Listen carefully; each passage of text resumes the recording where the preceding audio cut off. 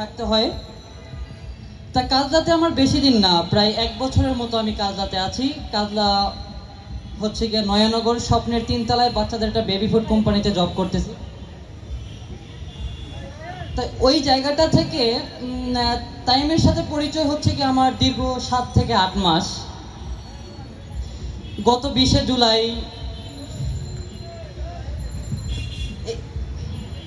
এখানে যারা আছেন সংগ্রামী সাথী ও বন্ধুগণ, আজ এই সারা বাংলাদেশের শিক্ষার মেরুদণ্ড ঢাকা বিশ্ববিদ্যালয় প্রাঙ্গণে দাঁড়িয়ে শ্রদ্ধার সাথে স্মরণ করতে চাই 2024-এর যারা শহীদ হয়েছেন এবং যারা এখনো বিভিন্ন হাসপাতালে আহত হয়ে মৃত্যুশয্যায় কাটাচ্ছেন।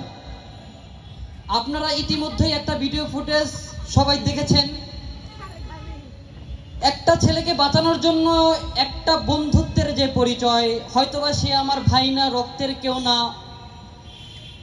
আগামী গত 20শে জুলাই দুপুর 12টার দিকে যখন প্রথম কারফিউ হয়, গভর্নমেন্ট যেদিন প্রথম কারফিউ দেয় সেই দিন হচ্ছে গিয়ে দুপুর 12টা থেকে 2টা পর্যন্ত কারফিউ শিথিল ছিল। ওই মুহূর্তটাতে প্রায় 10টা থেকে হচ্ছে গিয়া কিছু আন্দোলনকারী মুভমেন্টের যারা ছিল, টানা 3-4 দিন ধরেই আমি তাইমকে দেখেছি সে আন্দোলনে ছিল। মানে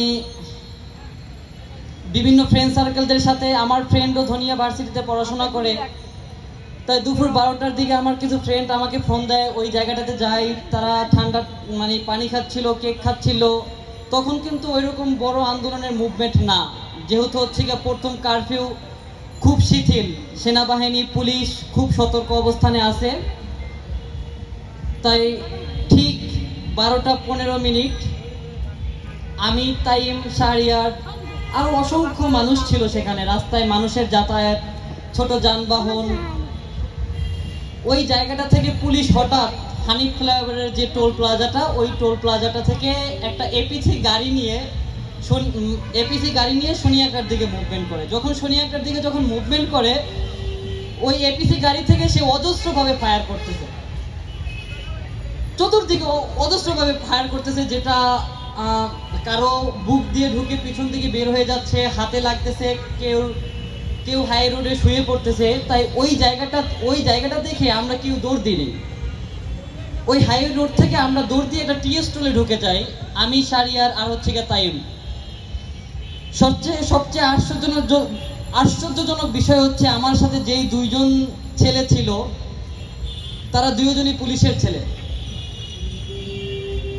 যখন ঢুকে যাই, পুলিশ এপিসি গাড়িটা হচ্ছে গিয়া গুলি করতে করতে তখন সোনিয়াকটার দিকে মুভমেন্ট শুরু করে, আর হচ্ছে গিয়া সবাইকে ছত্রভঙ্গ করার চেষ্টা করে। আর পিছনে হচ্ছে গিয়া সবচেয়ে বড় পুলিশের একটা ফোর্স ছিল, প্রায় 100 জনের বেশি একজন ফোর্স। তাই আমরা কোনো দিকে দৌড় দিই নাই, এইটা ভেবে যদি হাইওয়ে রোডে দৌড় দিই তাহলে এপিসি গাড়ির থেকে একটা শুট করার মুভমেন্ট থাকে, তাহলে আমরা সবাই মারা যাব। আর যদি পিছনের দিকে দৌড় দিই তাহলে হচ্ছে গিয়া আমরা পুলিশের সামনাসামনি পড়ার একটা চেষ্টা আছে। ওই জায়গাটা থেকে আমরা দৌড় না দিয়ে আমরা হচ্ছে গিয়া টি স্টলের ভিতরে ঢুকে যাই। পুলিশ ওই জিনিসটা খেয়াল করছে, খেয়াল করার পরে সে আমাদের টি স্টলের সামনে যাওয়ার পরে দোকানের শাটারটা আমরা ক্লোজ করে দেই। আমি যখন দোকানের ভিতরে ঢুকি, আমি ভাবছিলাম যেন আমার মৃত্যুটা নিশ্চিত। আমি আল্লাহর কাছে বারবার বলতেছি, আল্লাহ তুমি আজকের মতো আমাকে বাঁচাই দিও, আর না হলে শহীদ করে দিও। ওই জায়গাটা থেকেই পুলিশ প্রায় 16 থেকে 18 জনের একজন ফোর্স দোকানের সামনে গিয়ে শাটারটা খোলার পরে খারাপ ভাষায় একটা বকা দেয়। বকা দেওয়ার পরে তারা বলতেছে সবাইকে ক্রস ফায়ার করে দেয়। ওই মুহূর্তটা যখন বলছে ক্রস ফায়ার করে দে, কলিজাটা অনেক জোরে একটা চাপ লাগছে। ওই মুহূর্তটা বোঝানোর মতো না। এই কথা বলেই আমার বুকে সর্বপ্রথম একটা বুট জোতা দিয়ে সে লাথি মারে, প্রচন্ড জোরে লাথি মারে। লাথি মারার পরে আমার হাতটা ধরে টেনে বের করার পরে তাদের মুখে যত খারাপ ভাষা ছিল সেগুলো তো তারা ব্যবহার করছেই, অজস্রভাবে পিটায়। তাদের যে রাইফেল ছিল বা হাতে যে লাঠিসোঁটা ছিল, পিটাইছে, প্রচন্ড জোরে কোমরে বাড়ি মারছে।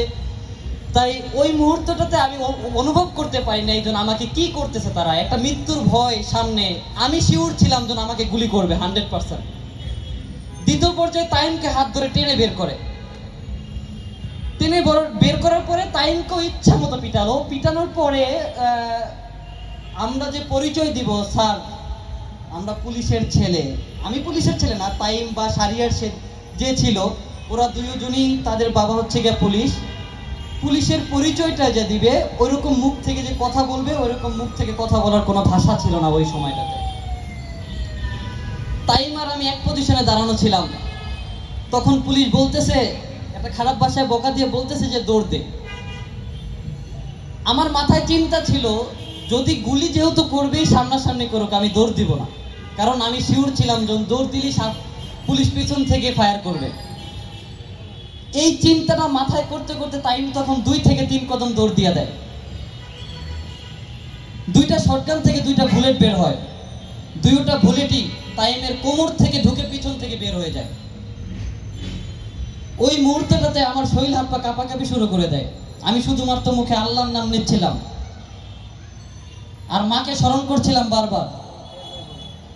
মৃত্যু কি জিনিস চোখের সামনে দেখেছি, হয়তোবা ওই জিনিসটা আপনাদেরকে উপলব্ধি করানোর মতো বা ওই জায়গার কষ্টটা আমি কাউকে বোঝানোর মতো আমার ক্ষমতা নাই। টাইম যখন দৌড় দেয়, বুলেট যখন পিছন থেকে যখন ঢুকে সামনে দিয়ে যখন 2টা বুলেট বের হয়ে যায়, তখন বোতল থেকে পানি ঢাললে যেরকম পানি গড়াই পড়ে ওই রকম তখন তার পিছন থেকে ব্লাড পড়তেছিল। আমি তখন টাইমের পিছন থেকে গিয়ে ধরার পরে আমি জীবনে কল্পনাও করতে পারি নাই যে পুলিশ তাকে ধরার পরে সামনে এসে এইভাবে ফায়ার করবে। সর্বশেষের একটা ফায়ার আমার পায়ে এসে লাগে, পায়ের বুড়ো আঙ্গুলটা ভেঙে বাম পাশে চলে আসে। তখন আমি ফিল করতে পারি নাই যে আমার পায়ে কি লাগছে তখন। তারপরেও আমি তাকে পিছনের দিকে টানার চেষ্টা করি। একটা পর্যায়ে তার একটা দীর্ঘ শ্বাস, তার চোখটা বড় হয়ে যাওয়া, এমনকি সে আমাকে বলতেছে যে ভাই আমি আর পারতেছি না, তুমি আমাকে ছেড়ে দাও। তখন আমার তাকে টানার সক্ষমতা ছিল না, কারণ আমার পায়ের তীব্র যন্ত্রণা বা তার শরীরটা ভারী হয়ে যাওয়া। ওই মুহূর্তটাতে আমি তাকে ফেলে পিছনের দিকে দৌড় দিই। যখন দৌড় দিই তখনও আমাকে পিছন থেকে 4-5টা ফায়ার করা হয়। আল্লাহর রহমত, বাবা মার দোয়া, এই হাজারো মায়ের দোয়া বা ভাইয়ের দোয়াই হয়তোবা আমি আজকে বেঁচে আছি। আমার দৌড়টা যেই জায়গাটাতে শেষ হয় ওই জায়গাটাতেই আমি পড়ে যাই। অনেক জোরে মা বলে একটা চিৎকার দেই। চিৎকার দেওয়ার পরে আমি ভেবেছিলাম আমার হয়তোবা ওই জায়গাটাতেই শেষ, আমাকে নেওয়ার মতো কেউ ছিল না, পুরো রাস্তাটা শুনশান নীরবতা হয়েছিল। অনেক হাতটা কোনো রকম ইশারা করে আমি 2টা ভাইকে ডাক দেই। ডাক দেওয়ার পরে মানে অনেক জোরে চিৎকার দিই, তারা গলির ভিতর থেকে শুনতে পায়। আমাকে তারা কাঁধে করে নিয়ে যাচ্ছে হাসপাতালে।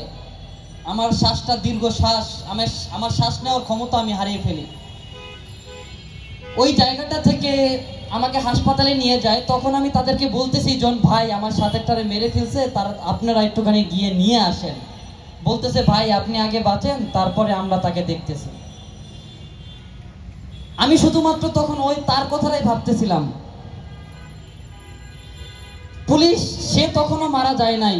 পুলিশ তাকে, আমি পরবর্তীতে জানতে পারি তার যে নির্মম হত্যা, পুলিশ তার মুখের উপরে বুট জুতা দিয়ে লাথি মেরে তার মৃত্যু নিশ্চিত করে পুলিশ ওই জায়গাতে। তারপরে তাকে ভ্যান গাড়িতে তুলে ঢাকা মেডিকেলের মর্গে এসে ফালিয়ে যায়। সেই পরিবারটা আজও বিচারের আশায় বিভিন্ন আদালত প্রাঙ্গণে, বিভিন্ন আইনের কাঠগড়ায়, বিভিন্ন থানায় তারা ঘুরতেছে। সিএমএম